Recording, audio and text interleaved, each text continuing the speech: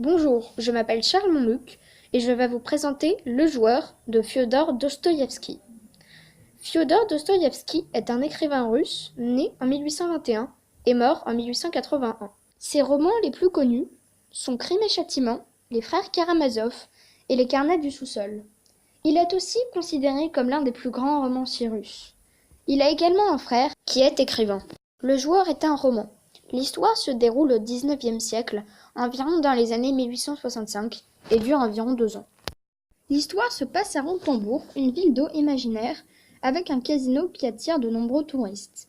Alexei Ivanovitch, le narrateur, vient d'arriver et est le précepteur dans une famille composée d'un général, amoureux de Blanche, une demi-mondaine française, des 2 enfants du général, Michel et Nadia, et de Pauline Alexandrovna, femme dont le narrateur est amoureux.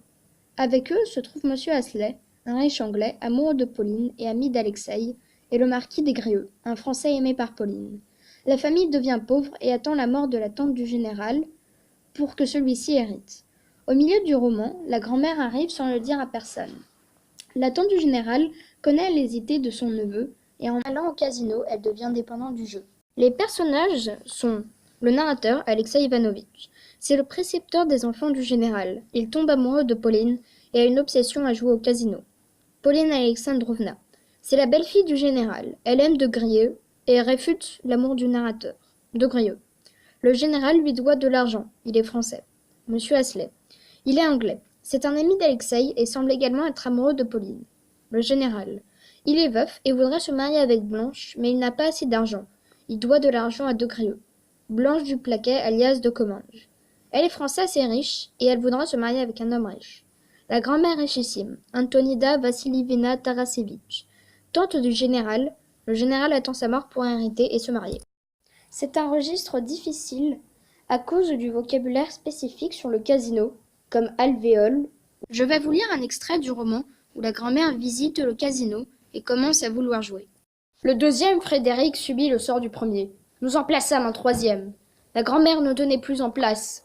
Les yeux fous, elle suivait la petite boule qui sautilait dans les alvéoles du plateau tournant. Nous perdîmes le troisième Frédéric. La grand-mère était hors d'elle. Lorsque le croupier annonçait 36 au lieu du 0 escompté, elle donna même un coup de poing sur la table. Ah, malheur! Sortira-t-il bientôt, ce sacré petit 0? Que je meure! Je ne partirai pas d'ici avant qu'il ne sorte! On pourrait comparer le joueur d'échecs de Stefan Zweig avec le joueur de Dostoïevski, car dans les 2 romans, les 3 personnages principaux, donc pour le roman de Dostoïevski, c'est Alexei Ivanovitch, et pour le roman de Stefan Zweig, c'est Xantovitch et Monsieur B, sont très forts dans les sports de réflexion ou des jeux de réflexion comme les échecs pour les personnages de Stefan Zweig, et pour le roman de Dostoïevski, ça sera plus pour la roulette ou le jeu de la boule qu'on trouve dans les casinos. J'ai choisi ce livre pour l'unique raison que je l'avais vu dans la bibliothèque de mes parents et que la couverture du livre m'avait donné envie de le lire. Le Joueur de Fiodor Dostoïevski est aussi un roman autobiographique. Pour mieux comprendre pourquoi, il faut s'intéresser à sa vie. En 1867, Fiodor est couvert de dettes. Désespéré, il tente sa chance au jeu de casino et plus particulièrement à la roulette. Il exprimera cette passion maladive pour le jeu dans plusieurs de ses ouvrages, dont L'Adolescent, écrit en 1875, ainsi que dans Le Joueur, écrit en 1866. J'ai beaucoup aimé Le Joueur de Dostoïevski parce que les personnages étaient très attachants et l'histoire était très passionnante. On se sentait plongé au cœur de l'action.